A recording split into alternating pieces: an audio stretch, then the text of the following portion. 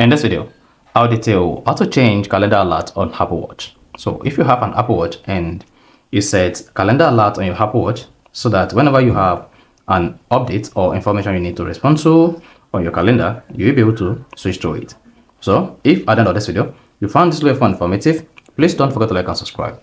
Now to change calendar alert tone on your Apple Watch, all you just need to do is press the two crown ones.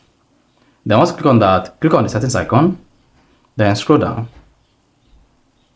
until you get to Sounds and Analytics and click on that. Then you want to scroll down as well until you get to Calendar Alerts. Then click on that. In the Calendar Alert page, you should see all available alerts or ringtone available.